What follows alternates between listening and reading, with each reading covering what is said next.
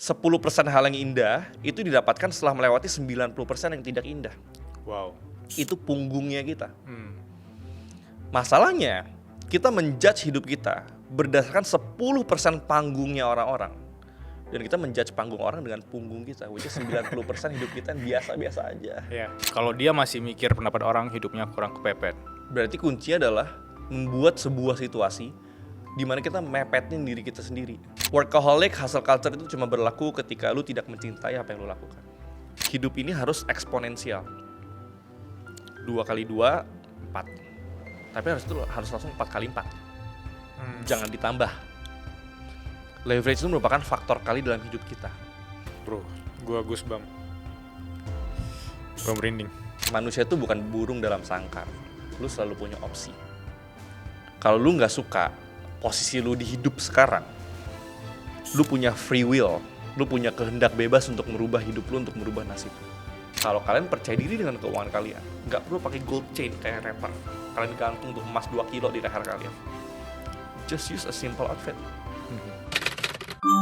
Halo semuanya, kembali lagi di podcast Suara Berkelas. Hari ini kita kedatangan tamu berkelas, ada temanku, David Noah. Halo bro, Welcome to the show. terima kasih udah diundang. Spesial banget karena gue kayak menebak kalau lu punya satu cara pandang hidup yang sama dengan gue. Oke.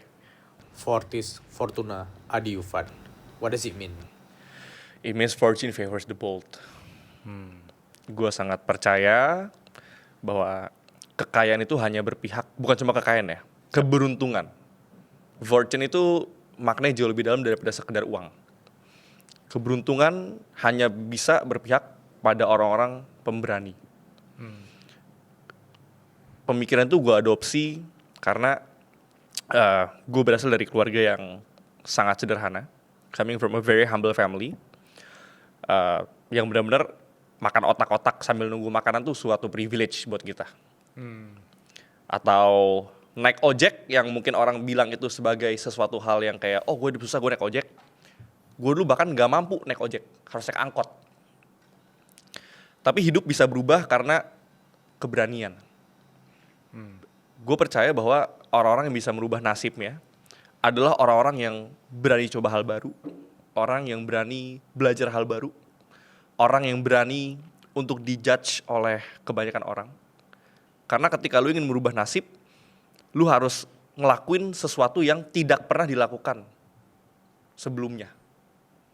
Dan di tengah lingkungan yang nggak mendukung itu, berat sekali. Ya. Jadi gue sebagai pengusaha, gue jadi seorang investor, nggak ada satupun orang di keluarga gue yang seorang investor, seorang pengusaha besar. Kita selalu di framingnya adalah, oh hidup ini gak usah muluk-muluk. Kita cukup jadi karyawan, kerja yang bagus, belajar setinggi-tingginya, kita dapat gaji, hidup nyaman, that's it. Tapi ya mungkin sejak kecil gitu ya, gue melihat bahwa oh keluarga kita kok kerja sangat keras gitu. Nyokap gue bangun jam 4 pagi, tapi kita dagang risoles zaman dulu untuk bertahan hidup. Tapi kok hidup kita susah terus, bertahun-tahun gak ada yang berubah gitu. Jadi ya karena sesimpel gak ada yang berani untuk nge-break sistemnya gitu. Gak ada yang berani untuk nge-break kebiasaannya. Makanya dari situ akhirnya gue menemukan quotes tersebut, Fortis Fortuna Adiuvat. Kekayaan hanya berpihak pada orang pemberani, keberuntungan berpihak pada orang pemberani. Akhirnya dari situ, itu yang merubah hidup gue dan gue pengen share filosofi itu untuk banyak orang juga. Gue juga sempat nulis 4 tahun lalu di buku gue. Oke. Gue bilang, aku percaya kalau dunia itu berpihak pada orang yang berani, bukan orang pintar. Setuju. Ya, makanya gue ketika Setuju. nemu Fortis Fortuna Adiuvat, gue rasa itu sangat relevan untuk kita buka podcast hari ini. Ya. Ada nggak fase di hidup seorang David Noah? Ya. Yang dimana tadi lu lihat orang tua lu harus kerja keras banget, mungkin uangnya nggak seberapa. Ya. Di titik mana kemudian lu kayak break the cycle, kayak oke, gue nggak bisa gini terus, gue ingin menjadi pembeda di keluarga gue jadi orang terkaya pertama di keluarga gue. Ya. Sebenarnya gue nggak pernah aiming untuk jadi orang terkaya di keluarga gue. Gue bahkan tidak pernah ada satupun mimpi terliar gue itu bisa hidup kayak gue sekarang. Oke. Tidak pernah ada. Karena for context ya, kita tuh dulu surviving benar-benar dengan less than 100.000 rupiah per hari. Spending household spending kita. Di Jadi Jakarta bahkan. di Bogor zaman Di dulu. Bogor. Dan banyak orang nggak tahu, gue tuh nggak SMA bro, gue tuh SMK. Oke, gue gak tahu juga. SMK itu adalah untuk orang-orang yang nggak punya uang untuk kuliah. Karena ketika lulus lu harus kerja. Yap. Jadi bisa dibayangin zaman dulu tuh sesusah apa gitu kan. Basically yang benar-benar menghancurkan hati gue adalah gue ingat banget 2016 gue bangun pagi jam 4 pagi, gue ngeliat nyokap gue itu goreng risol sambil nangis bro. Jam 4 pagi. Terus jam 6 pagi gue harus OTW lebih awal karena gue harus anterin risol ke 3 sekolah sebelum gue berangkat sekolah. Jadi gue ngeliat kayak kan dari zaman dulu ada quotes, oh uang nggak bisa beli kebahagiaan gitu. Tapi satu hal yang gue tahu pasti adalah nggak punya uang tuh bawa segala penderitaan. Jadi motivasi gue untuk kayak, oh nggak bisa nih gini terus, gue harus bisa kerja segila mungkin, kerja sekeras mungkin, ya at least supaya keluarga gue nggak usah hidup dengan susah seperti dulu gitu. Jadi nggak pernah ada di bayangan gue untuk jadi kayak sekarang. Yap. Just surviving every day, one day at a time. Untuk teman-teman 20-an yang menonton ini, yang mungkin di fase seperti David sekarang, langkah pertama lu ngapain supaya kita juga bisa mempelajari blueprint ketika lu berangkat dari bawah tadi? Langkah pertama ya untuk umur 20-an. Gue starting tuh very early bro. Gue starting kayak umur 15, 16 tahun. Cuma kalau ditanya orang, langkah pertama adalah mulai dari apa yang lu punya. Jadi jangan pernah nunggu for perfect conditions. Karena perfect tuh gak pernah ada. Done is better than perfect. Apapun yang lu punya, ya, skill apapun, kondisi sesusah apapun, pasti bisa dikerjakan. Anak muda tuh selalu ngeluh, oh gak punya modal, pengen bikin usaha gak punya modal gitu. Tapi modal tuh bukan cuma tentang uang. Modal tuh tentang waktu, tenaga, kemauan kita. Salah satu idola gue, Naval, pernah bilang, Yap. pengetahuan tuh gak kurang. Apalagi di zaman sekarang. Yap. Ada AI, kita tinggal buka YouTube, tinggal buka Google. Semua informasi itu tersedia. Abundance. Ya. Tapi yang scarce adalah keinginan untuk belajar. Jadi sebenarnya untuk realizing bahwa, oh, banyak orang tuh nggak usaha karena mereka merasa they are not in a perfect condition. Padahal ketika lu mulai, lu kena masalah, lu selesain masalah itu, step by step, ujungnya akan jadi sukses. Jadi mikirnya jangan ketinggian. Kalau orang bilang kayak, oh mimpi harus tinggi mungkin, jangan. Mimpi itu harus langkah ke depan. Karena kalau mimpinya 1000 langkah ke depan, udah kehilangan motivasi. Bener. Jauh banget 1000 langkah. Jauh banget. Ya, you're a runner. Kalau belum pernah full maraton misalkan, 42 km misalkan. Kita disuruh maraton tanpa usaha. Nggak ada yang finish. Yap. Tapi kalau coba lari 3 dulu, lari 10, lari 20, lama-lama maratonnya kelar. Hidup tuh persis kayak gitu. Jadi we need to sing life as a marathon instead of sprint. Banyak orang lari maraton, dia sprint di awal. Ya. Iya. Di tengah giving up. Benar. Kenapa mereka sprint di awal? Karena social pressure. Ngelihat, oh ada anak muda lebih kaya dari dia. Ngelihat orang lain jadi sukses lebih cepat dari dia. Nah, jadi after you start from where you are, ya, dengan segala hal yang kita punya, next step-nya adalah focus on your own journey. Rumput tetangga selalu lebih hijau, belum tentu. Karena rumput yang hijau adalah rumput yang rajin disiram, rajin dirawat, dan butuh banyak komitmen untuk bikin rumput itu jadi hijau. Masalahnya di sosial media, yang kita lihat cuma rumput tetangga yang hijau. Kita nggak pernah lihat proses mereka nyiremnya. Iya. Kita nggak pernah lihat ya perawatannya seperti apa. Jadi jangan pernah membandingkan panggungnya orang lain dengan punggungnya kita. Oke, nice. Jangan pernah membandingkan panggungnya orang lain dengan punggungnya kita. Bisa elaborasi? panggung itu sosial media. Itu highlight reelsnya orang-orang. Kita hanya post pencapaian kita. Orang tunangan, orang menikah, kita beli mobil, kita beli rumah, kita jalan-jalan. Tapi apakah 100% hidup kita merupakan hal yang indah? Jawabannya enggak. 10% hal yang indah itu didapatkan setelah melewati 90% yang tidak indah. Wow. Itu punggungnya kita. Masalahnya, kita menjudge hidup kita berdasarkan 10% panggungnya orang-orang.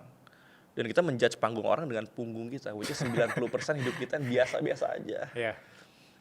Kalau orang berpikir kayak, oh gue pengen jadi kaya, pengen liburan naik business class, hotel bintang 5, mobil mewah dan sebagainya. Itu 10%. 90%-nya, gue bangun jam 7 pagi, lari pagi, kerja dari jam 9 sampai jam 7 malam, malamnya nge-gym. Kita lakuin itu selama 3 bulan, di bulan keempat baru kita bisa jalan-jalan. Yes. Itu punggung yang gak pernah kelihatan. Nice. Fakta hidup yang mungkin anak-anak 20 harus sadari kalau lu mau jadi yang terbaik, above the rest, lu harus siap untuk disalahpahami. Ya.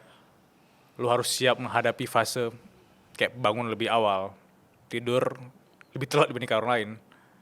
Nah di fase itu yang paling lu ingat ketika lu berangkat dari umur 16 tahun, 17 tahun tadi, apa makna yang bisa lu share ke kita? Sukses di umur 20 itu gak wajar. Nggak wajar. Makanya disebutnya outliers. Ya. Outliers adalah data yang jauh berbeda daripada kebanyakan normal data. When you're the exception, wajar aja kalau hidup lu nggak sama kayak orang lain. Jadi orang misunderstanding, orang misjudging you, itu adalah pajak yang harus lu bayar. Karena ketika lu berbeda, misalnya gini, kalau lu di tempat yang isinya semua orang perokok, lu tidak merokok tuh salah. Benar. Iya. Dan lu merasa bersalah. Dan lu merasa bersalah. Tapi ketika lu di kalangan orang sehat, lu ngerokok kayak, kok gue nggak sehat sendiri ya? Jadi kebenaran itu ada dua, ada kebenaran objektif, ada kebenaran subjektif. Kebenaran subjektif adalah kebenaran berdasarkan lingkungan. Jadi memang ada fase-fase kesepian di awal-awal. Ya. Di umur 16 tahun, gue pertama kali merintis dari jualan, lalu gue pernah jadi tour guide, gue pernah tidur di pangkalan bis jam 2 pagi depan pos satpam, ya. Mandi di mana? Mandi di pos satpam ya. Kesepian, jelas kesepian. Tapi lebih baik mana? Kesepian atau kelaparan? Ya jelas lebih mending kesepian.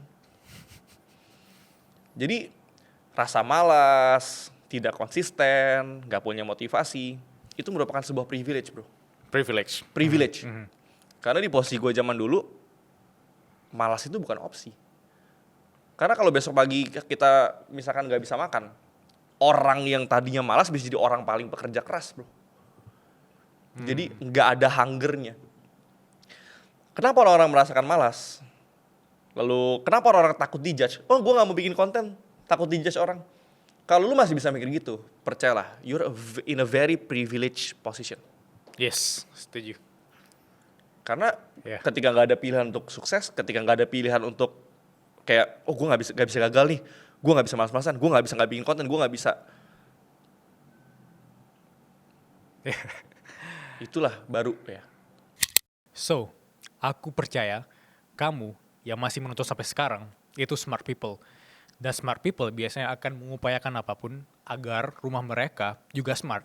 Makanya sponsor kita hari ini yaitu Bardi Smart Home. Bayangin rumah kamu, AC, CCTV, dan hal lainnya itu dikendalikan oleh satu device doang. So, that's why Bardi Smart Home cocok untuk rumahnya smart people. Gue ingat banget ketika awal juga gue berintis ketika lo cerita tadi itu emang bener-bener masuk banget. Gak ada pilihan lain. Gak ada pilihan lain.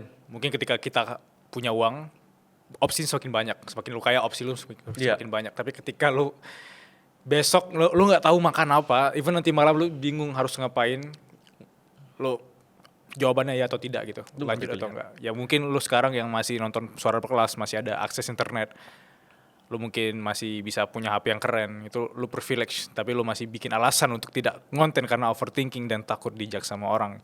Itu lu wasting your energy. Dan kalau Potensial. masih mikirin pendapat orang, berarti hidupnya kurang kepepet. Oke, kalau dia masih mikir pendapat orang, hidupnya kurang kepepet. Ya. Hmm. Berarti kuncinya adalah membuat sebuah situasi di mana kita mepetin diri kita sendiri. Ada cara nggak dari lu?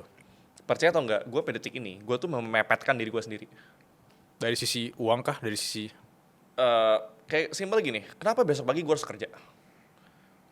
Untuk orang-orang yang harus kerja adalah suatu kewajiban. Tapi di posisi gue sekarang, kerja merupakan suatu pilihan.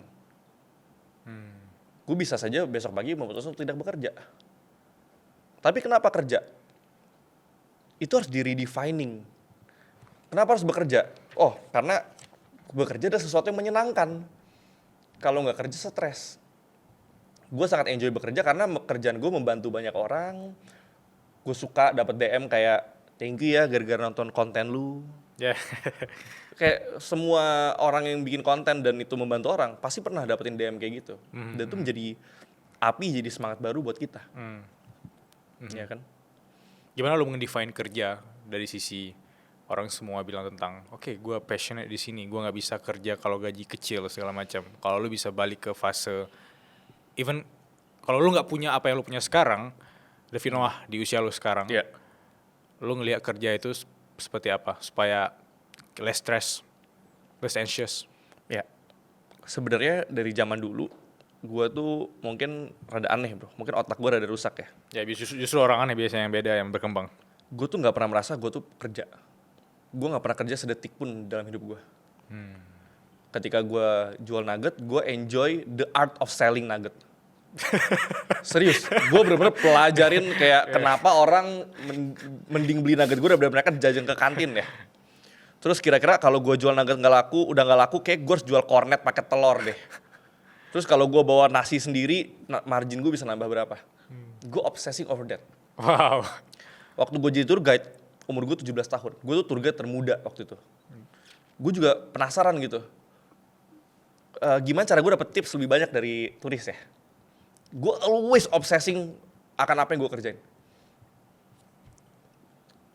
Gue gak pernah merasa kerja. Itu cuma penyaluran apa yang gue suka aja gitu. Dan gue sadar kayak, oh kerja harus pakai passion gitu. Passion itu sebenarnya bukan di kerjanya. Passionnya sebenarnya adalah kayak misalkan, oh gue tuh passionate exploring something new. Atau oh gue passionate doing everything excellently. Jadi nggak harus kerja. Gue sekarang lagi belajar main pedal. Gue obsessing over forehand gue gimana, backhand gue gimana, footwork gue nanti gimana. Wow. Gue obsessing over every single details. Jadi menurut gue kerja itu merupakan suatu pembelajaran, eksplorasi. Terus banyak orang bilang kayak, oh Fit lu kerja keras banget, lu bangun jam 8 pagi, kerja lu baru kelar, kadang tim gue masih gue chatin jam 1 pagi gitu. Kok lu hardworking banget, terus bahasanya hustle culture, workaholic and everything. Workaholic, hustle culture itu cuma berlaku ketika lu tidak mencintai apa yang lu lakukan. Oke. Find work that feels like play to you and work to others. Itu Wow. kata hafal kan. Dan itu gue sangat setuju. Ketika lu mencintai segala hal yang lu lakukan, lu gak akan pernah punya namanya kerja, lu tidak akan pernah punya yang namanya waktu nganggur juga. Ya. Jadi there's no work and life balance. There's work and life harmony. Work and life udah bukan merupakan suatu hal yang terpisah. Itu merupakan suatu penggabungan. Dan gue sangat bahagia. Aku ingat juga kata-kata Chris Williamson bilang kalau lu ngomongin tentang work life balance di usia lu 22 tahun, lu nongkrong sama orang yang salah. Orang yang salah. Iya. Tapi tadi gue sampai nulis loh, The Art of Selling Nugget itu nggak ada dibukuin gitu.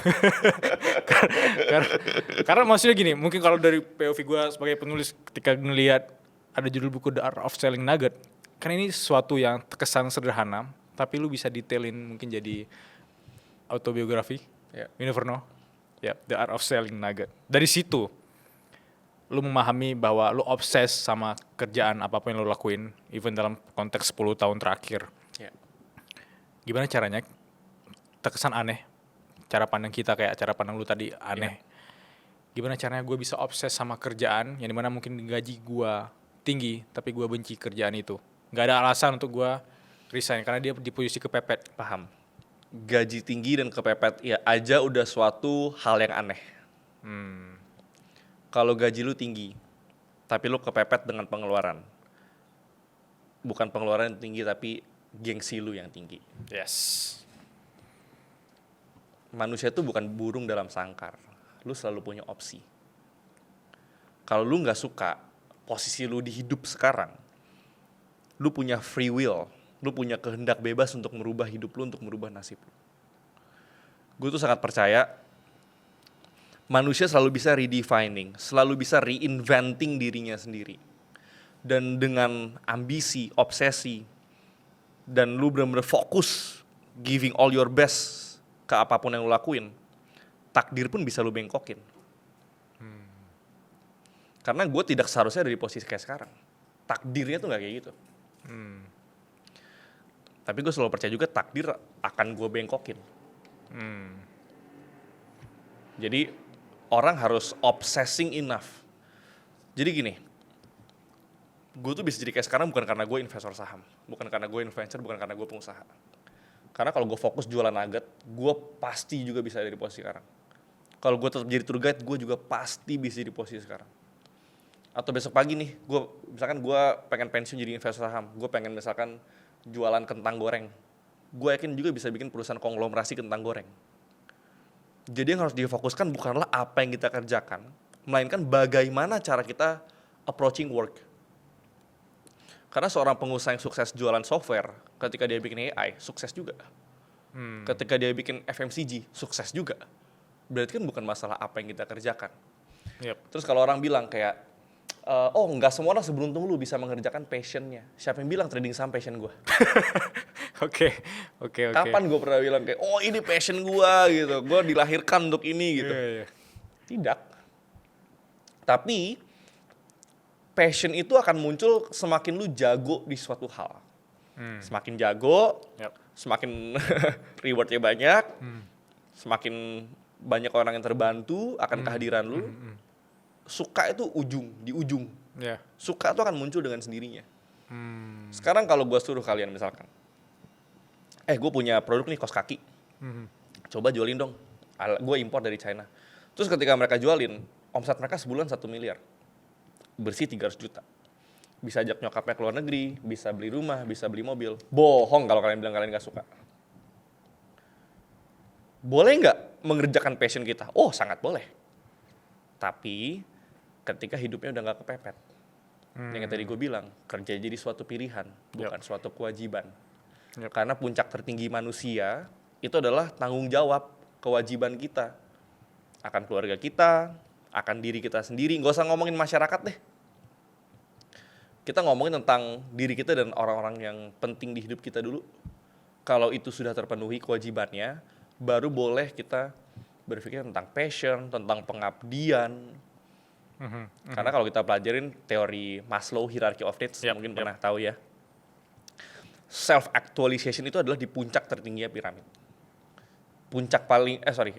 Paling bawah daripada piramid apa? Survivorship, survival. Kita harus bertahan hidup dulu.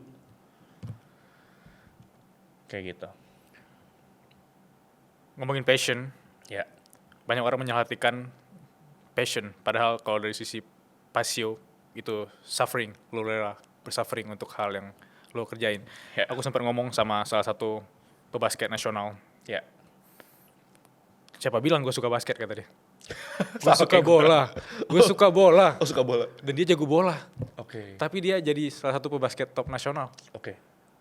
Poinnya apa? Mungkin lu sekarang bermimpi atau dulu sempat bermimpi jadi atlet sepak bola gitu ya. Tapi ada momen di mana lu harus memahami bahwa lu basket gitu. Ya. Itu yang gue suka dari lu tadi. Dan puncak tertinggi dari sisi manusia itu yaitu tanggung jawab untuk diri lu sendiri, untuk keluarga lu. Ya. Karena ada orang yang merasa gue harus bertanggung jawab untuk daerahnya. Iya. pemerintah di satu negara ini. Tapi untuk diri lu sendiri aja, itu harus bertanggung jawab. Kalau pria menolak tanggung jawab, lu ada komentar nggak? Kayak, gue nggak mau provider deh, kayak gue gini apa adanya. Berarti lu nggak memahami esensi jadi seorang pria yang sebenarnya. Karena pria itu dilahirkan, kodratnya memang untuk, karena gini, zaman dulu ketika zaman purba, pria itu kodratnya adalah mencari makan. Oke. Mereka lawan macan yang singanya, taringnya tebel bro. Pria-pria zaman dulu untuk nge-provide keluarganya, itu mengorbankan nyawa. Sekarang lu bangun dari sofa aja nggak bisa. Berarti lu bukan pria. Wanita zaman dulu aja, ketika zaman perang, mereka harus ngorbanin nyawa buat ngelindungin anaknya. Jadi makin sekarang, bare minimum untuk jadi seorang pria itu makin rendah. Ya, setuju. Ketika bare minimum untuk jadi pria itu makin rendah, semua pria jadi wanita. Sisi feminimnya naik. Yap. Gue suka banget ada quotes kayak, hard times create strong men, strong men create good times create weak men, and weak men create hard times. Yap. Ketika lu tidak memenuhi kodrat atau tujuan lu sebagai seorang pria, which is untuk provide and protecting your loved ones, lu lagi setting up your life untuk jadi hidup yang hancur, hidup yang menderita, hidup yang sedih, karena menyedihkan. Lu ngelihat orang tua lu nangis, itu nggak bisa makan, lu masih asik main Mobile Legends, menyedihkan. Nanti lu menikah, punya anak lu nggak bisa ikut ujian karena belum bayar uang sekolah, itu menyedihkan. Istri lu harus ngantri beras miskin atau ngantri gas LPG 3 kilo, atau harus ngantri di sembako gratis, menyedihkan. Cuma gara-gara apa? Cuma gara-gara lu hari ini memilih bangun pagi main Mobile Legends instead of lu cari kerjaan. Jadi banyak orang hidup menyalahkan pemerintah, banyak orang hidup menyalahkan influencer ini, gara-gara influencer ini saya bangkrut. Menyalahkan orang tua, menyalahkan pacar, istri, menyalahkan anak, gara-gara saya punya anak saya nggak bisa ambil resiko. Tapi nggak pernah satupun dari mereka menyalahkan dirinya sendiri. Yes. That's the point. Karena hidup itu tidak by accident. Kesialan satu kali itu sial. Sial 2 kali, memang mungkin lagi sial banget. Tapi kesialan 3 kali itu pilihan. Apapun yang lu inginkan di hidup ini, sebenarnya itu adalah the other side dari rasa takut lu, Ya. kemageran lu, dan lu selalu menyalahkan dunia kalau apapun yang terjadi ke lu itu. Ya. Cara paling simple, kalau gue di fase gak punya apa-apa, even kalau lu menyarankan kayak start with what you have, tapi gue gak punya apa-apa, apakah gue harus nanya ke teman gue yang ada kerjaan, Ya. berhutang ke mereka, gue harus ngapain di usia gue yang sekarang let's say 25 tahun? Ini tergantung sama sebelum 25 tahun apa yang lo lakuin. Oke. Karena zaman sekarang, apalagi di dunia digital kayak sekarang, orang tuh mulai udah bukan umur 25, orang tuh harusnya mulai umur 15-16 tahun. Jadi makin sekarang orang dewasa tuh makin cepat. Karena dulu, zaman gue dulu, headline gue adalah, ya 5 tahun yang lalu ya, waktu gue di sosial media, anak sukses umur 20. Sekarang tau gak headline-nya apa? Anak sukses umur 15 tahun. Atau anak sukses umur 9 tahun. Wow, iya. Ya sekalian nih, anak sukses umur 9 bulan. 9, iya. Gara-gara yang 9 tahun anak sukses, anak tetangga dibandingin lah. Jadi makin sekarang standarnya udah makin gak masuk akal gitu. Gue juga dulu berpikir standar gue itu tidak masuk akal. Sekarang makin gak masuk akal lagi. Yap. Jadi buat yang baru memulai dari nol gitu, umur 25 and everything gitu, jangan pernah fokus ke apa yang bikin orang lain sukses. You need to find your own way. Jangan berpikir karena Bilal sukses bikin podcast, saya pengen jadi podcaster. David sukses di saham, saya pengen jadi investor. Lu harus mengenali diri lu sendiri. Kunci adalah di self awareness. Apakah gue seorang investor yang paling jago? Jawabannya bukan. Apakah gue seorang pengusaha yang paling jago? Jawabannya bukan. Tapi gue tahu apa yang gue lakuin hari ini, itu cuma gue yang bisa ngelakuin, satu-satunya di dunia yang bisa ngelakuin itu cuma gue. Specific knowledge. Specific knowledge, I love that. Gue tahu self awareness-nya apa. Gue sangat strong di attention to detail. Gue punya photographic memory. Gue mudah untuk merangkum hal yang ribet jadi simple. Itu merupakan basis daripada semua yang gue kerjakan. Gue punya systematic thinking. Jadi ketika gue ngelihat suatu bisnis atau suatu perusahaan, gue tuh sangat mudah untuk ngerangkai itu kayak puzzle, kayak main puzzle. Gue punya bakat alami untuk ngelihat pecahan-pecahan data tuh menjadi satu kesatuan yang utuh. Itu self awareness. Gue nggak mencoba untuk jadi programmer. Gue nggak mencoba untuk jadi sesuatu yang bukan diri gue gitu. Jadi when you have self awareness dan lu membentuk, gue pakai bahasanya membentuk, karena gue percaya manusia itu dibentuk, membentuk diri lu ke arah your true self, lu akan punya specific knowledge. Specific knowledge ditambah leverage, ditambah accountability, itu akan memberikan lu kesuksesan yang luar biasa, apalagi di zaman sekarang. Fit, Ya. aku yakin nggak banyak orang yang tahu specific knowledge-nya, Ya. leverage dan accountability kayak lu bilang tadi. Ya. Coba kita gali satu persatu dari specific knowledge, leverage dan accountability. Ya. Specific knowledge itu adalah satu-satunya hal di dunia ini yang cuma lu bisa lakuin dan orang lain gak bisa. Kalau ditanya, strength-nya Bilal apa? Atau strength-nya David itu apa? Kalau kita jawab misalkan komunikasi, marketing, ya semua orang juga punya strength-nya itu. Tapi masing-masing orang tuh punya unique kind of skill set. Dimana skill setnya itu benar-benar random. Yang cuma dia yang punya. Contoh, Steve Jobs itu pernah belajar di kampusnya. Yang dia kan drop out dari kampusnya. Yeah. Dia pernah belajar kaligrafi, tulisan. Dan itu menjadi dasar daripada fontnya Apple yang kita pakai sekarang. Oke, baru tahu. Ya. Itu specific knowledge. Cuma dia yang tahu. Jadi specific knowledge itu merupakan kumpulan daripada expertise, daripada semua yang kita pelajari seumur hidup. Yang mungkin terkesannya random. Contoh, gue dulu umur 16 tahun, tidur di pos satpam jam 2 pagi. Itu gue dapat satu specific knowledge. Making small talks. Making connections. Gue ngobrol sama Pak Satpam. Gue ngobrol sama tukang warteg. Gue ngobrol sama tukang parkir. Gue tahu gimana caranya doing small talks dan make deep connection dari small talks tersebut. Dari situ membukakan jalan gue ke konglomerat. Sekarang teman-teman gue anak-anak top 50 orang terkaya di Indonesia. Anak-anaknya orang-orang yang kalian lihat di Forbes, orang paling kaya. Ilmu itu didapatkan dari, lu bayangin, ngobrol sama satpam, ngobrol sama pedagang warteg yang gelasnya gue pecahin gara-gara gue ngantuk. Jadi very random.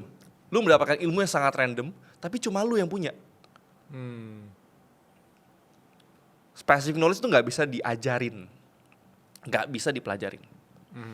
Itu cuma bisa didapatkan through experience, through trial and error, atau through apprentice. Makanya di umur 20-an, bekerjalah dengan orang yang lu kagumin. Wow, gue suka tuh. Jangan pernah bekerja untuk uang. Karena gue pun sampai detik ini, atau bahkan sampai umur 30 nanti, gue gak akan pernah menghitung uang gue berapa. Jangan pernah berfokus kepada uang.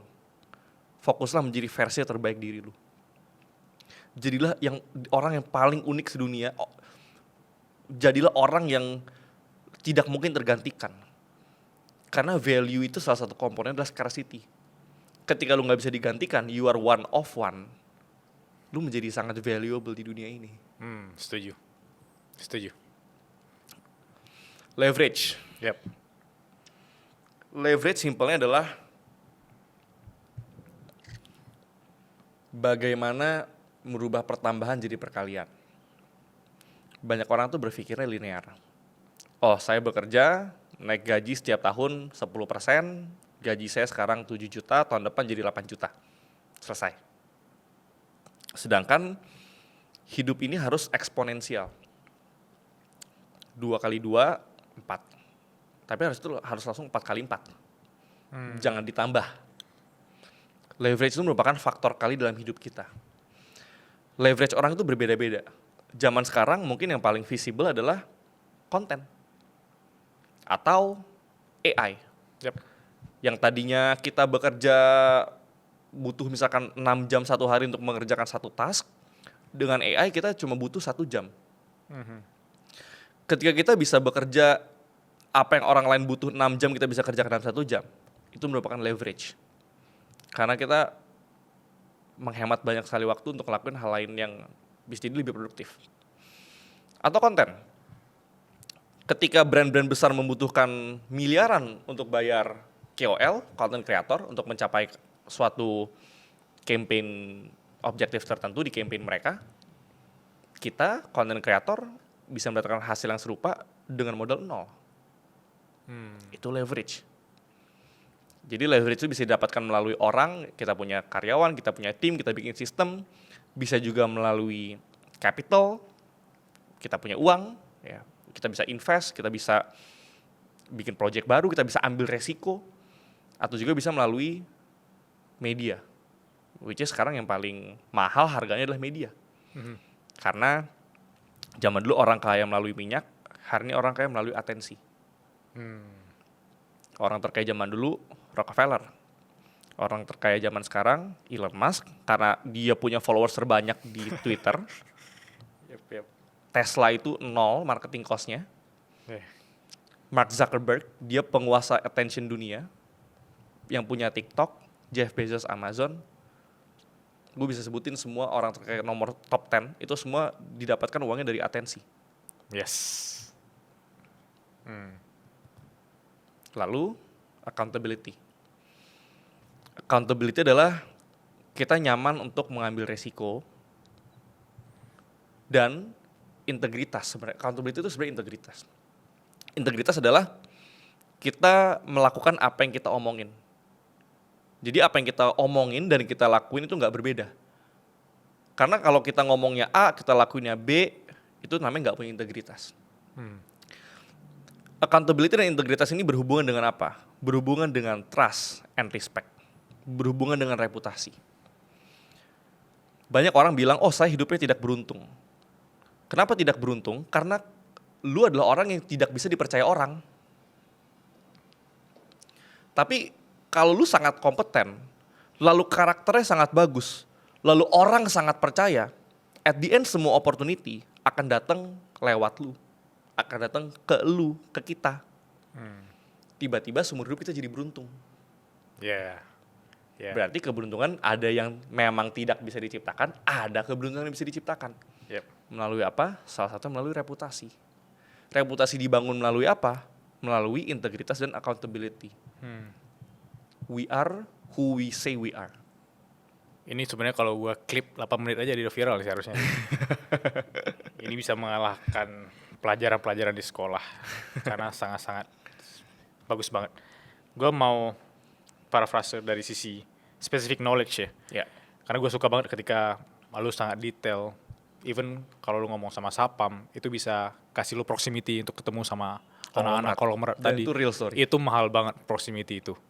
Dan kalau lu nggak bisa melihat peluang, ya itu sekedar omongan experience lu ngomong sama sapam udah gitu. Ya. Itu mahal banget. Yang kedua dari sisi leverage.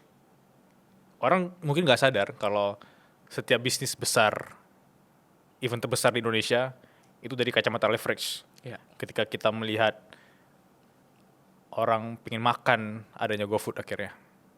Orang nggak lihat bahwa toko kaset pada tutup adanya Spotify sekarang. Mungkin kalau teman-teman di sini mau bikin bisnis atau produk, aku bisa sarankan untuk record apa yang disampaikan oleh David tadi. Ya. Dari sisi accountability, aku ngelihat bahwa sisi integritas ini berat ya.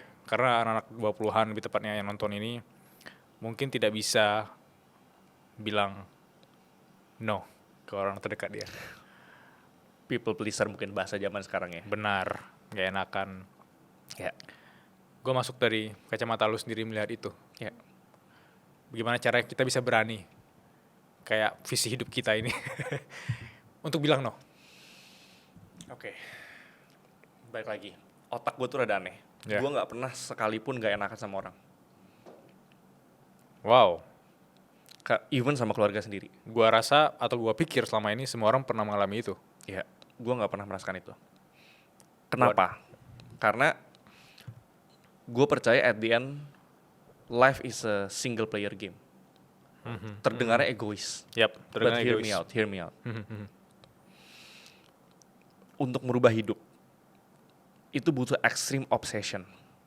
Butuh obsesi yang sangat ekstrim. Ketika kita kerja di pagi sampai pagi lagi, kita nggak punya waktu untuk keluarga, kita nggak punya waktu untuk pacar, nggak punya waktu untuk sahabat. But actually, busy friends are good friends. Anak yang sibuk adalah anak yang baik. Karena anak yang sibuk yang terobsesi dalam jangka waktu pendek, kita nggak ngomongin seumur hidup. Karena 8 tahun pertama gue kerja, gue nggak punya waktu buat siapapun. Itu sangat egois.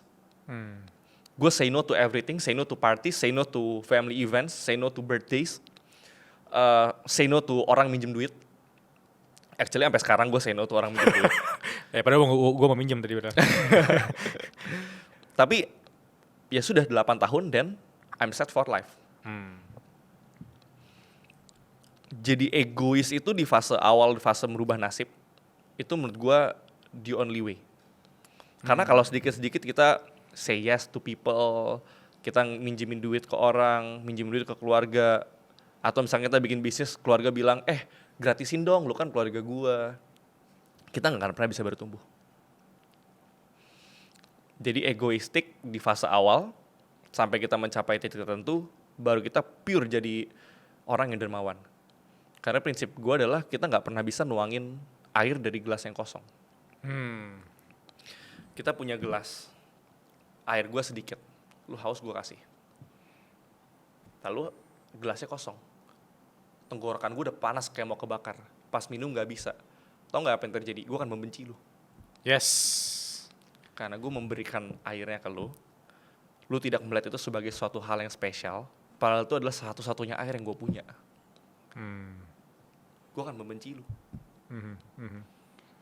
Akar utama konflik, even dalam konteks perceraian, juga masalah air tadi. Ya. Pertemanan yang rusak juga. Lu banyak orang yang membenci orang tuanya karena masalah air tadi. Ada temen gue pengen jadi dokter, disuruh orang tuanya misalkan jadi lawyer karena orang tuanya lawyer. Yep. Akhirnya dia jadi lawyer yang hidupnya menyedihkan, dan dia jadi membenci orang tuanya. Itu hidup yang sangat menyedihkan. Makanya life is single player game. At the end, your loved ones will gonna die, you gonna die. Just do whatever you want in your life. Jangan pernah takut dijudge oleh orang. Karena at the end ketika kita meninggal, seminggu pun orang udah gak ada yang inget sama kita. Yep. Tapi bang, ntar aku malah dianggap sombong. Ntar aku dijauhin sama keluarga aku. Ntar kalau aku sakit dan segala macam kan aku balik ke keluarga. Ya. The statement udah di situ dari sisi society dulu. Ya. Tapi dari sisi mindset single player game tadi, itu mungkin lihat, wah si David mah pakai mindset barat. Kita kan di Indo, Fit. What do you think? Jangan pernah hidup berdasarkan penilaian orang terhadap diri kita. Orang yang ngerti kita nggak akan pernah membenci kita, dan orang yang membenci kita nggak akan pernah ngerti kita. Jadi kalau kita misalkan nggak minjemin orang uang, terus dia bilang, dia mah sombong, gak usah lagi temenan sama dia, bagus, gak usah lagi temenan. Karena kita harus paham bahwa at the end, setiap manusia itu egois. Mau barat, mau Asia, contoh simple. Kalian foto ramean, muka siapa yang pertama kali dilihat? Yep. Of course muka dia sendiri agak gemukan ya. Kalian nggak peduli sama foto sama teman kalian, mau dia gayanya lagi aneh, kalian nggak peduli. Itu menandakan manusia adalah makhluk yang egois, memang dilahirkan untuk egois. Jadi dermawan tuh bukan nature manusia, itu butuh usaha. Jadi kalau misalkan orang ngomong kayak, oh David sombong, tapi ada juga orang ngomong, David rendah hati banget. Ada yang bilang, oh David marah, ada yang bilang, David orangnya baik, nggak pernah marah. Jadi kita tuh memang selalu punya versi yang berbeda di masing-masing pemikiran orang. Wow, gue baru bikin postingan itu kemarin dan wow. Lu kalau ketemu gue pas gue belum makan seharian bro, lu kan bilang gue emosian. Ya relate. Ya, Iya kan? Iya. Atau kalau lu misalkan ketemu gue abis gue putus cinta, misalkan. Lu kan bilang gue orang yang pemurung. Iya. Sih? Ya. Perspektif orang, persepsi orang akan hidup kita, itu tidak mendefine siapa diri kita. So live life, stay true to yourself. La la la la la la la la la la la la la la. Orang biasa ngeker musik gitu loh. Wah. Itu bagus banget, Dev. Yap. Aku mau menggali dari sisi specific knowledge, tapi dari sini aku juga mau melihat atau cara pandang lo ketika melihat orang yang ragu, full, anxiety, atau dia overthinking terhadap dunia yang di masa akan datang. Ya. Kalau lu ngobrol sama orang itu, lu bakal menampar dia dengan apa? Gue juga punya anxiety yang sama. Gue Oke. juga punya stress yang sama. It means we are alive. Gue yakin satu-satunya waktu kita nggak punya anxiety dan kita nggak punya stress adalah waktu di mana kita masuk peti mati. Fortune favors the bold. Kekayaan, keberuntungan berpihak pada orang pemberani. Orang pemberani itu bukan berarti mereka nggak punya rasa takut. Ya, itu yang ingin gue tekankan. Yang pemberani, all the business leaders, gue punya akses ke orang-orang paling powerful, orang paling kaya di negara ini. Dan setiap kali pertanyaan, gue juga mempertanyakan hal yang sama. Dan jawaban mereka selalu, kata siapa kita nggak takut? Kata siapa kita nggak anxious? Ya kan? Jadi you need to accept bahwa itu adalah hal yang normal. Tapi, jangan sampai itu mendefine siapa diri lu. Orang yang pemberani, orang yang percaya diri, semua orang punya insecurity masing-masing. Tapi we need to act without membiarkan emosi kita tuh mengambil alih. Kita harus terbiasa untuk mengotak-ngotakan. Kalau lagi putus cinta, kita memimpin perusahaan yang isinya 500 orang. Apakah perasaan kita akan membiarkan 500 orang itu kelaparan atau enggak? Ya kan? Yep. Kalau kita stres di kerjaan, kita pulang ke anak istri kita. Apakah kita akan marah-marah ke anak istri kita? Jadi jangan pernah mendefine perilaku lu, apapun yang lu lakukan, itu berdasarkan emosi. Stres, anxiety, rasa takut, itu kayak awan mendung. Cukup dengan waktu yang berlalu, emosi akan hilang. Jadi prinsip kita adalah kita harus bekerja, kita harus hidup berdasarkan kedisiplinan. Kita harus doing what is right. Bukan cuma what is feels right. Karena what is right and what is feels right itu dua hal yang berbeda. Kalau kita lagi nggak feeling good, kita nggak mau kerja, masa kita nggak kerja? Masalahnya kalau kita nggak kerja, kita nggak akan pernah merasa feeling good to work anyway. Yep. Jadi the only way to feel good adalah, ini paradoks justru. The only way to feel good about work adalah do the work. Ketika you do the work, lo kan mempunyai motivasi untuk merasakan, oh ternyata gue suka ya kerja. Jadi stres, rasa takut, anxiety, itu muncul karena penundaan. Karena lu kabur dari sesuatu. Yep. Semakin lu kabur dari anxiety, semakin lu kabur dari rasa takut, lu memberikan kontrol akan anxiety dan rasa takut itu, dan mereka akan jadi tambah besar. Jadi ini kayak cerita zaman dulu kesatria lawan naga, jangan tunggu naganya ke kota, pergi ke goa naganya, habisin dia di sana. Makanya ada quotes kayak, kalau lu ada di fase dimana lu paling takut buat lompat, justru segala hal yang lu mau dalam hidup itu ada di balik lompatan tersebut. Which is 100% benar. The magic you are looking for is in the work you are avoiding. Yep. Yep. Aku suka banget bagian ketika kita sendiri itu nolak untuk bangun pagi karena kita tahu berapa nggak kerja hari ini gitu. Yeah. Untuk seorang David, dari tadi kita ngomongin tentang wisdom, life advice dan lain-lain. Yeah. mungkin orang udah umum juga naik lu saham dan segala macam. Ya.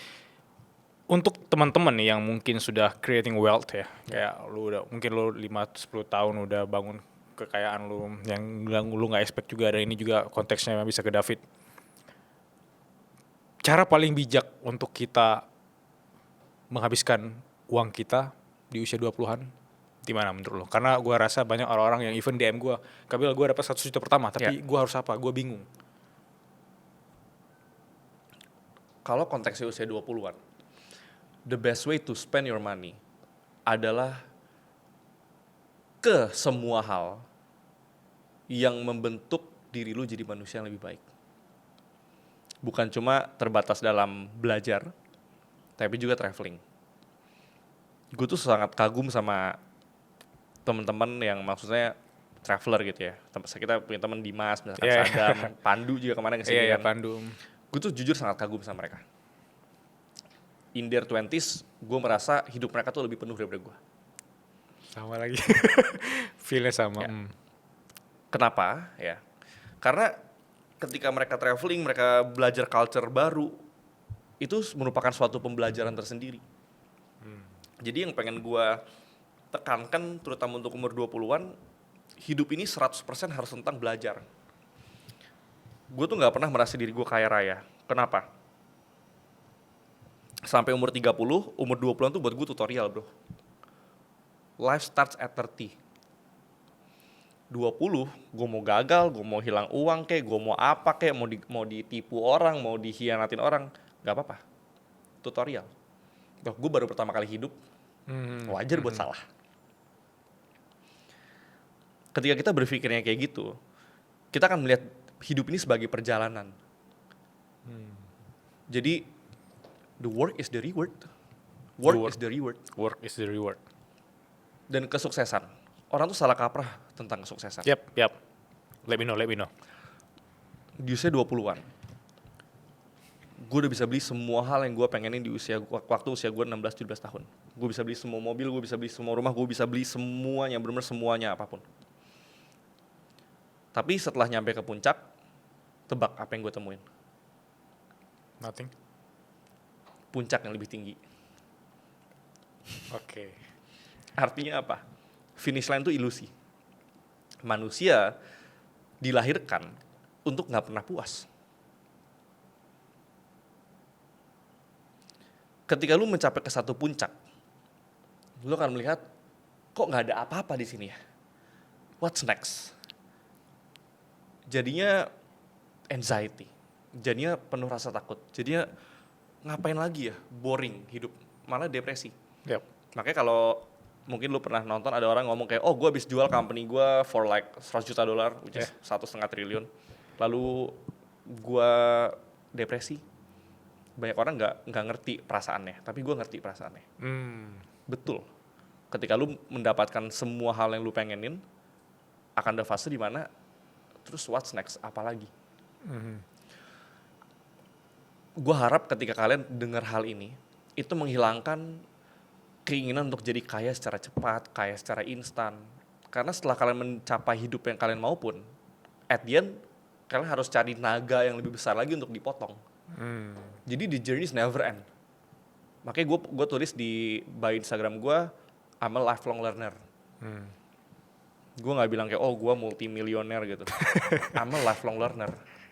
Gue tuh seumur hidup merupakan seorang pembelajar. Dan gue percaya di fase-fase umur 20-an ini adalah fase terbaik ya. Kita masih muda, energi kita unlimited, kita diizinkan untuk salah. So, just do whatever you can dengan semua uang lo, semua perhatian, semua tenaga untuk jadi manusia yang lebih baik. Dari segi karakter, dari segi adab, dari segi pertemanan, traveling, pengalaman. Gak usah mikirin kayak, oh gue pengen ubah kripto gue dari 1 juta jadi 1.000 miliar atau berapapun angkanya. Itu merupakan hal yang, itu ilusi. Tapi kalau berpikirnya kayak, oh baru punya uang 100 juta, boleh deh ajak nyokap jalan-jalan ke Tanah Suci. Wise ya? Wise. Mau uang jadi 0 pun gak apa-apa. Tapi yang penting ada cerita ke anakmu nanti. Papa dulu umur 28, 100 juta pertama papa itu buat antar nenek ke tanah suci. Bayangin keren gak anak lu denger itu? Iya. Iya.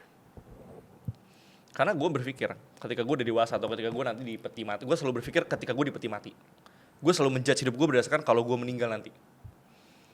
Anak gue bakal bangga gak sih gue punya Ferrari 5 di rumah? Atau anak gue lebih bangga, dia ingat di umur dia yang ke-4 tahun, pertama kali dia les bola, gue yang nganterin pergi ya? Dan dia lupa dengan Ferrari ya antar ya. Mungkin itu bonus ya? Mungkin itu bonus. Tapi anyway, orang nggak akan ingat dan nggak akan peduli itu. Kayak misalkan sekarang deh gue, ya mungkin gue ingat gitu, mobil apa yang bikin gue bahagia. Tapi gue selalu ingat perjalanan gue di Februari 2024, gue ke Himalaya. Gue ngeliat quotes-nya Dalai Lama, itu di puncak monastery di Himalaya. Tujuan hidup adalah untuk membantu manusia.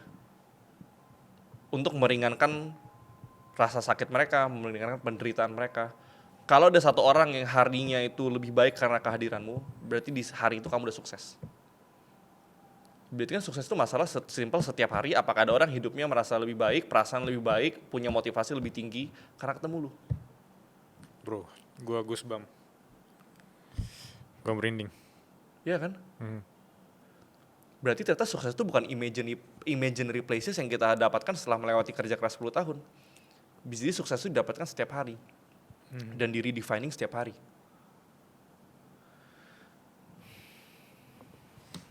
Wow. Di fase lo sekarang, melihat sisi kekayaan itu, Ya. puncak lebih tinggi itu apa yang ada di kepala lo? Puncak dari lebih daripada kekayaan. Yap. Jadi lu udah di puncak tertinggi versi lo sekarang, Oke. dan manusiawi kalau lu bakal ngeliat puncak lebih tinggi. It is something bigger or Oke. Gini. Gue gak bilang kekayaan itu gak berguna. Kekayaan itu sangat berguna. Kenapa kekayaan itu berguna? Karena kekayaan memberikan kita kebebasan dan optionality. Kita punya opsi. Kita punya kebebasan. Cuma buat orang yang gak punya kebebasan, mereka berpikir kebebasan adalah segalanya. Padahal kebebasan itu juga suatu paradoks. Ketika lu bebas ngelakuin apapun, lu bisa gak ngelakuin apapun loh. ya. Which is, lu akan depresi juga. Ya. Jadi nggak punya freedom bikin lu depresi, terlalu banyak freedom bikin depresi juga. Bener. Jadi hidup ini kalau lu pernah dengar namanya Goldilocks effect. Nggak pernah dengar. Goldilocks itu tentang menemukan the perfect balance of everything. Kalau lu main game terlalu susah, difficulty-nya level maksimum, lu nggak akan termotivasi untuk finishing the game. Tapi pun kalau terlalu mudah, you will feel kayak oh boring banget nih game, gampang banget menanginnya. Lu nggak akan termotivasi juga. Tapi with enough difficulty, lalu lu berhasil memenangkan itu dengan penuh perjuangan, suatu game itu akan jadi sangat menyenangkan untuk dimainin. Nah, menurut gua hidup itu juga tentang mencari titik Goldilocks kita. Mencari titik optimal, bukan titik perfect. Karena di hidup ini gak ada yang perfect. Selalu ada plus dan minusnya, pro dan kontranya.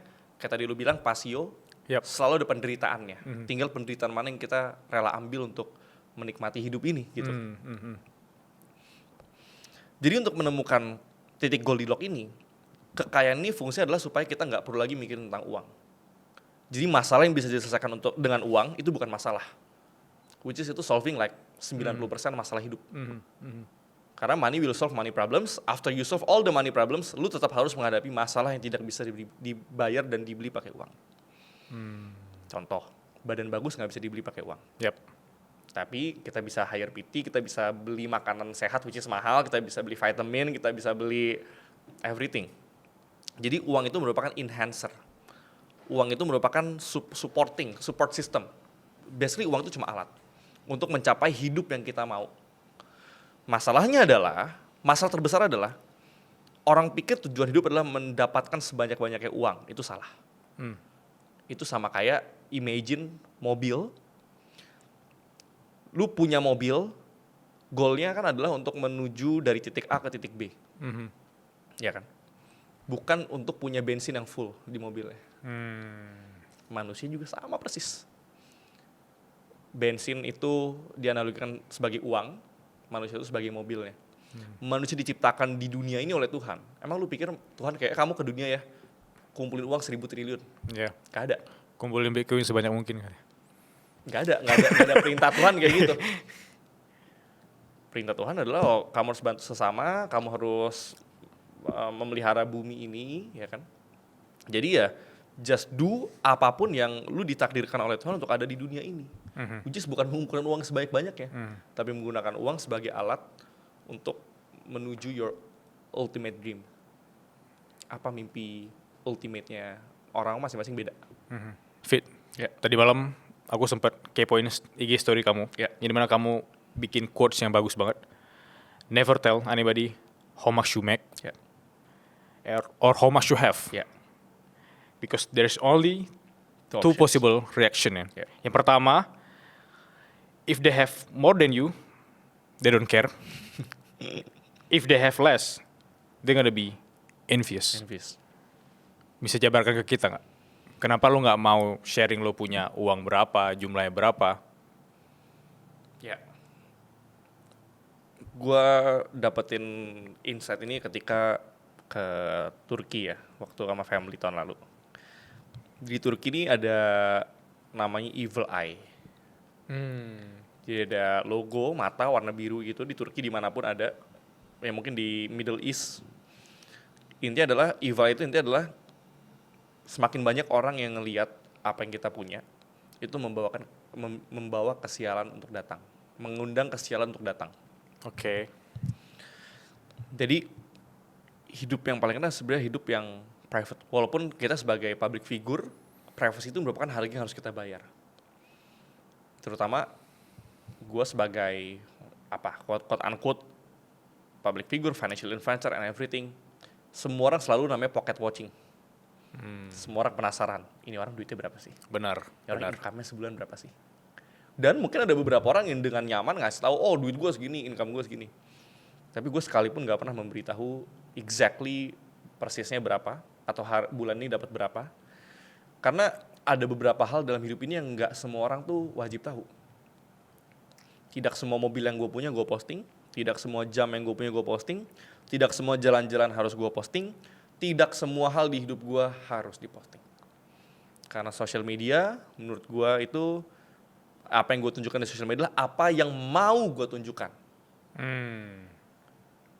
Sedangkan yang tidak mau dan tidak harus tunjukkan, mending tidak ditunjukin. Salah satu adalah itu, how much you have and how much you make. Karena yang pertama, social media gue tuh rada unik. Follower social media gue tuh dari orang paling kaya sampai orang gak punya duit. Itu kayak spektrum di mana puncak tertinggi dan puncak terendah daripada negara ini gitu. Kalau gue posting how much I have, gue malu sama teman-teman gue anak konglomerat. Tapi yang nggak punya uang pun nanti akan ngeliat gue sebagai ini orang songong banget, OKB ini orang. Jadi titik tengahnya adalah mending gak usah diposting. Dan ini berlaku bukan cuma tentang uang, tapi tentang sisi private dalam kehidupan. Karena gue seorang financial influencer, gue bawa angle dari sisi uang. Oke. Tapi untuk sebagian orang, bisa jadi kalian terlalu memposting kemesraan kalian di sosial media. Yap. Dan biasanya orang yang memposting berlebihan tentang kemesraannya, ternyata hubungan tidak semesra itu. Ada studinya juga, benar. Atau orang yang menggembar-gemborkan, misalkan gue ngomong, oh gue punya kekayaan segini, uang gue segini. Ternyata tidak, uangnya nggak sebanyak itu. Yap. Karena, ini gue kutip dari Barack Obama ya. Yap. Barack Obama bilang, kalau kalian pede dengan kejantanan kalian sebagai laki-laki, nggak perlu nunjukin itu dengan gandeng 3 cewek langsung sekaligus. Cukup jadi setia dengan satu wanita. Kalau kalian percaya diri dengan keuangan kalian, nggak perlu pakai gold chain kayak rapper. Kalian gantung tuh emas 2 kilo di leher kalian. Just use a simple outfit. Bagaimana cara kita ngomong, cara kita memperlakukan orang, bagaimana karakter dan adab kita, itu lebih mencerminkan kualitas diri daripada seberapa mahal barang yang kita pakai. Setuju. Ya, soalnya gue gak pernah pakai branded things and everything. Gak pernah pakai kalung 2 kilogram. Gak pernah pakai kalung 2 kilogram terus kayak tulisannya I'm rich gitu. Karena di hidup ini ya mungkin gue juga pernah melewati fase OKB. Jelas semua perintis yang pertama kali ngerasain uang itu pasti pernah di fase OKB. Manusiawi. Tapi balik lagi itu fase. Tapi kalau karakter kita bagus, lama-kelamaan kita udah terbiasa punya uang. Uang tuh udah bukan sesuatu hal yang spesial gitu. Ya. Ya at the end kita lebih pengen berfokus sekarang lebih ke karakter. Misalkan kita nge-treat, gimana cara kita nge-treat karyawan restoran itu sebaik kita nge-treat orang yang punya konglomerasi F&B. Karakter tells everything about you. Yep. Bagaimana cara kita berterima kasih ketika ada orang yang bantuin kita buka pintu. Itu jauh lebih penting daripada kita ngomongin kayak, tau gak bulan ini penghasilan gue sekian misalkan. Ya kan? Envy, orang ketika iri, envy itu ada di 7 deadly sins. Ya. Orang bisa ngelakuin apapun ketika dia iri. Kalau di sini Ain, Ain ya? yep, Ya. evil eye. Ya. Jadi per hari ini menurut gua salah satu insight yang bagus banget di Suara Berkelas, yaitu ketika lu main sosial media, lu punya pilihan untuk tahu ngeposting apa, Ya. dan harus ada privasi, karena kalau nggak ada privasi itu menurut gua sangat berbahaya. Ya. Orang bisa nyerang lu dari mana aja. Betul. Betul. Kita masuk ke Q&A. Ya. Ada 3 pertanyaan dari teman-teman Suara Berkelas yang udah kita catat, kita rangkum. Yang pertama, pertanyaannya kayaknya terlalu tajam ini dari sisi keuangan. Ya. Dari Amrizal. Bang David, izin nanya. Aku yang masih 20-an bingung nih mau terjun ke kripto atau saham. Ada sarannya? Sarannya adalah harus pelajarin dulu dua-duanya secara mendalam. Jangan langsung terjun cuma karena ngelihat influencer A kayak dari kripto atau influencer B kayak dari saham. Karena dua-duanya merupakan industri yang sangat sulit. Industri yang 95% orang kehilangan uang. Industri yang lebih banyak orang bangkrut daripada orang sukses di situ. It's a very competitive industry. You fight against all the most brilliant people in this country. Kalau playing crypto berarti you fight with all the geniuses in global market. Which kita fight lawan orang Belanda, orang Jerman, orang Inggris, orang US, atau semua all the genius quantitative trader di China. Apakah lu bisa menang lawan mereka atau tidak? Atau lu memilih jadi average? At the end, kalau kita bermain di sana, you gonna be average anyway. Jadi jangan melihat industri ini sebagai industri yang cuma indah doang, yang untung doang, gak ada ruginya. Yes. At the end, this industry is full of survivorship bias. Gua dan orang-orang yang kalian tonton di sosial media, itu adalah satu dari berapa ratus ribu orang yang bangkrut. Jadi gue gak pernah bilang, oh kalau saya bisa, Anda juga pasti bisa. Mustahil. Karena butuh jadi orang yang otaknya rusak untuk bisa bertahan di industri sekeras financials. Jadi opsinya adalah jangan terlalu berfokus untuk making money-nya, berfokus untuk pelajarin dulu A sampai Z-nya. Kalau kripto ya pelajaran tentang blockchain teknologinya, pelajaran tentang Web3 development, baca semua project-projectnya, baca white paper Bitcoin. Kalau saham pelajarin gimana cara bisnis bekerja, how all the business make money, gimana cara mereka ngelola perusahaannya, baca akuntansi untuk baca laporan keuangannya, pelajarin makroekonomi. Ketika kalian udah belajar secara dalam, barulah kalian nanti akan nemu jawaban mana yang lebih bagus. Yes. Karena biasanya orang yang nanya pertanyaan seperti itu digiring oleh opini orang lain Exactly. sebelum dia menggali dirinya sendiri ya. Exactly. Yap. Bagus banget jawaban lu. Kita ke pertanyaan kedua dari Makfirah. Mas, apa tanggapan Mas tentang banyaknya kreator saham atau investor di Indonesia? Ya. Karena di Cina udah ada regulasi untuk kreator ketika posting. Apakah di Indonesia perlu? Ya. Oke. China dan Indonesia secara landscape negara itu merupakan dua negara yang sangat jauh beda. Karena kalau kita ngomonginnya China segalanya diatur, kalau Indo tuh kayak gitu, berontak semua masyarakat kita. Karena di China itu sistemnya komunis. Yep. Kita pernah mencoba menjalankan, akhirnya presidennya digulingkan. Ya. Jadi China itu kalian di segala hal diatur. Masalahnya orang Indonesia itu nggak bisa pakai caranya China. Karena kalau orang Indonesia misalkan semuanya diatur kayak gitu ya, ujungnya apa? Market kita nggak akan berkembang. Jadi apakah peraturan itu penting? Misalkan peraturan adalah, oh tidak boleh ngepost saham di Instastory dengan ajakan atau tujuannya membuat orang lain membeli saham tersebut. Itu setuju. Tapi kalau semua orang yang mau edukasi, itu harus dibikin licensing yang panjang, perizinan yang panjang, diatur segala jenis, gak boleh ngomongin A, B, C, D. Ujungnya gak ada orang yang mau edukasi. Ketika gak ada orang yang mau edukasi, dampaknya apa? Marketnya mati. Jadi, balik lagi pros and cons. Kalau prosnya adalah untuk melindungi, boleh dibikin license. Tapi kalau tujuannya adalah at the end untuk cuma mencari uang semata dari pengambilan license and everything, karena lisensi murah sekali dan kita semua bisa bayar. Ya. Atau at the end mungkin ntar ada calo lisensi. Welcome to Indonesia. Realitanya seperti itu kan. At the end jadi nggak ada poinnya. Semua orang at the end bisa ngambil calo lisensi. Ya. Nice. Itu jawabannya sangat realistis. Ya. Pertanyaan terakhir dari Ananda. Kak, ada nggak satu financial terms buat aku pebisnis muda ketika memulai yang harus aku tahu? Oke, financial terms ya. Yang penting itu sebenarnya cuma 3. Oke. Pertama, profit and loss, P&L. Intinya adalah jangan sampai omset yang masuk ke kalian. Kalian nggak ngelihat gini.